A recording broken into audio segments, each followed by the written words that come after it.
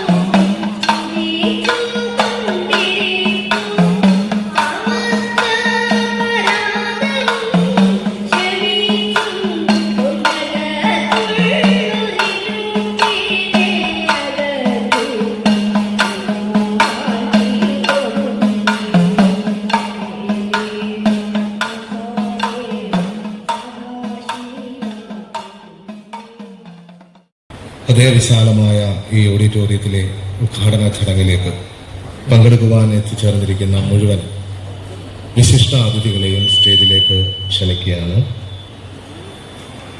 ഇന്ന് ഈ സമ്മേളനം ഇവിടെ ഉദ്ഘാടനം ചെയ്യുന്ന പ്രശസ്ത തുള്ളൽ കലാകാരനായിട്ടുള്ള ശ്രീ കലാമണ്ഡലം പ്രഭാകരൻ സാറിനെ വേദിയിലേക്ക് ക്ഷണിക്കുന്നു.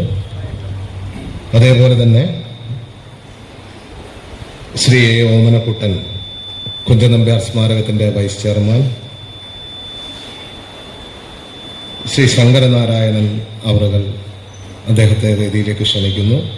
Shri K B Ajayakumar, Shri Munjanattu Ramachandran, Shri Maruthur Vattam Kannan, Shri Kalamandalam Mahendran, Shri S Somarajan ഈ പ്രിയപ്പെട്ടവരെ വേദിയിലേക്ക് ക്ഷണിക്കുകയാണ്. ഒപ്പം കുഞ്ചനമ്പ്യാർ സ്മാരകത്തിന്റെ സെക്രട്ടറി ആയിട്ടുള്ള ശ്രീ പ്രദീപ് സാറിനെയും വേദിയിലേക്ക് ക്ഷണിക്കുന്നു. ഒപ്പം അമ്പലപ്പുഴയുടെ തുള്ളൽ കലാകാരനായിട്ടുള്ള ശ്രീ അമ്പലപ്പുഴ സുരേഷ് വർമ്മയെയും വേദിയിലേക്ക് ക്ഷണിക്കുന്നു.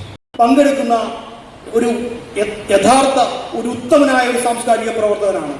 അത്തരമൊരു ഉത്തമനായ ഒരു സാംസ്കാരിക പ്രവർത്തകനെ ഈ സാംസ്കാരിക പരിപാടി ഉദ്ഘാടനമായി കിട്ടിയത് ഞങ്ങളുടെ സമിതിയെ സംബന്ധിച്ചിടത്തോളം ഏറെ ഭാഗ്യമുള്ള കാര്യമാണ്. അദ്ദേഹത്തെ ഏറ്റവും ആദരവോടെ, ഏറ്റവും സന്തോഷത്തോടെ, അഭിമാനത്തോടെ ഞാൻ ഊഷ്മളമായി സ്വാഗതം ചെയ്യുകയാണ്. ഈ യോഗം ഉദ്ഘാടനം ചെയ്ത കേരളത്തിലെ പ്രാമാണികനായിട്ടുള്ള തുള്ളൽ കലാകാരൻ, കേരള കലാമണ്ഡലത്തിലെ മുൻ അംഗം കൂടിയായിട്ടുള്ള കലാമണ്ഡലം പ്രഭാകരൻ ചേട്ടൻ, വേദിയിലിരിക്കുന്ന കേരളത്തിലെ പ്രമുഖ തുള്ളൽ കലാകാരന്മാരെ,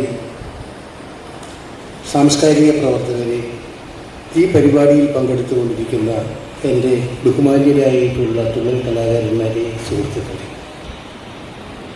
മാത്രമല്ല പ്രായാധിക്യം കൊണ്ട് അവശരായിട്ടുള്ള ചില തുള്ളൽ കലാകാരന്മാർ ഈ പരിപാടിയോടുള്ള വല്ലാത്ത അഭിനിവേശം കൊണ്ട് അവരുടെ ശാരീരികമായിട്ടുള്ള എല്ലാ പ്രയാസങ്ങളെയും മാറ്റിവെച്ചുകൊണ്ട് ഈ പരിപാടിയിൽ പങ്കെടുക്കുന്നു എന്നറിയുന്നത് വലിയ സന്തോഷം നൽകുന്ന ഒന്നാണ്.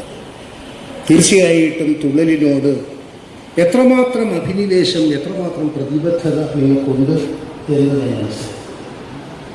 നിങ്ങൾക്കറിയാം, കുഞ്ചൻ നമ്പ്യാർ ജനിച്ചത് പാലക്കാട്ടിലെ കിഴി കുനിശുമംഗലം താണുകയിൽ തന്നെ. അദ്ദേഹം വളർന്നത്, അദ്ദേഹം തൻ്റെ തുള്ളൽ കവിതകൾ രചിച്ചത് മാത്രമല്ല, അദ്ദേഹം അന്ത്യവിശ്രമം കൊള്ളുന്ന സ്ഥലം അമ്പലപ്പുഴയാണ്. നമ്മളിന്ന് രാവിലെ അമ്പലത്തിൽ സൂക്ഷിച്ചിരിക്കുന്ന കുഞ്ചൻ നമ്പ്യാർ ഉപയോഗിച്ചിരുന്ന മിഴാവിനെ വന്ദിച്ചുകൊണ്ടാണ് ഈ പരിപാടി ആരംഭിച്ചത്. അദ്ദേഹം അന്ത്യവിശ്രമം കൊള്ളുന്ന ആ സ്ഥലത്ത് കുഞ്ചൻ സ്മൃതി മണ്ഡപത്തിൽ പുഷ്പാർച്ചന നമ്മൾ നടത്തുകയുണ്ടായി. വല്ലാത്ത ആവേശവും അഭിമാനവും നൽകുന്ന മുഹൂർത്തങ്ങളായിരുന്നു അത് എന്ന് ചൂണ്ടിക്കാണിക്കാൻ ഞാൻ ആഗ്രഹിക്കുക. കുഞ്ചൻ നമ്പ്യാർ നമുക്കറിയാം, കേരളത്തിലെ ആദ്യത്തെ ജനകീയ കവിയാണ്. സമൃദ്ധമായിട്ടുള്ള തുള്ളൽ സാഹിത്യവും ക്ഷേത്ര കലാരൂപമായിട്ടുള്ള തുള്ളലുമായിട്ട് ബന്ധപ്പെട്ടാണ് നാം അദ്ദേഹത്തെ ഓർക്കുന്നത്. ഏതാണ്ട് 41ഓളം തുള്ളൽ കവിതകൾ അദ്ദേഹം എഴുതിയിട്ടുണ്ട്. ഈ തുള്ളൽ കവിതകളിൽ ഓട്ടനുണ്ട്, ശീതങ്ങനുണ്ട്, പതയനുണ്ട്. ആർക്കും അനുകരിക്കാനാകാത്ത ഒരു കാവ്യശൈലിക്ക് ഉടമയായിരുന്നു കുഞ്ചൻ നമ്പ്യാർ. മാത്രമല്ല, അദ്ദേഹം തൻ്റെ തൂലിക ചലിപ്പിച്ചത് 18ാം നൂറ്റാണ്ടിൽ അദ്ദേഹം ജീവിച്ചിരുന്ന കാലഘട്ടത്തിൽ സമൂഹത്തിൽ അടിഞ്ഞുകൂടിയിരുന്ന അഴുക്കുകളെ കളയുന്നതിന് വേണ്ടിയാണ് അദ്ദേഹം തുള്ളൽ കവിതകൾ രചിച്ചത് എന്ന് കൂടെ ചൂണ്ടിക്കാണിക്കാൻ ഞാൻ ആഗ്രഹിക്കുക. പുരാണ കഥകളെക്കുറിച്ചാണ് അദ്ദേഹം തുള്ളൽ കവിതകളെല്ലാം എഴുതിയത്. എന്നാൽ അദ്ദേഹത്തിൻ്റെ തുള്ളൽ കവിതകളിൽ നിറഞ്ഞു നിൽക്കുന്ന കേരളീയത, തുളുമ്പി നിൽക്കുന്ന ഫലിതരസം അദ്ദേഹത്തിൻ്റെ കവിതകളെ വ്യത്യസ്തങ്ങളാക്കി മാറ്റി എന്നുകൂടെ നിങ്ങൾ മനസ്സിലാക്കണം. ഞാൻ ആദ്യം പറയുകയുണ്ടായി, അദ്ദേഹം ജീവിച്ചിരുന്നത് 18ാം നൂറ്റാണ്ടിലാണ്. അദ്ദേഹത്തിൻ്റെ ജീവചരിത്രത്തെക്കുറിച്ച് പല അഭിപ്രായ വ്യത്യാസങ്ങൾ ഉണ്ട്. എങ്കിലും പൊതുവെ വിശ്വസിക്കുന്നത് അദ്ദേഹം ഏതാണ്ട് 1707, അതുപോലും സംശയം ഉണ്ടാക്കുന്ന ഒരു വർഷമാണ്. 1707 അദ്ദേഹം പാലക്കാട്ട് ജനിച്ചു. 1770 അദ്ദേഹം അമ്പലപ്പുഴയിൽ നിര്യാതനായി എന്ന പരക്കെ വിശ്വസിക്കപ്പെടുന്നത്. അദ്ദേഹത്തിന് ഒരു പ്രത്യേകത, അദ്ദേഹം വെറുതെ കവിത എഴുതുകയായിരുന്നില്ല.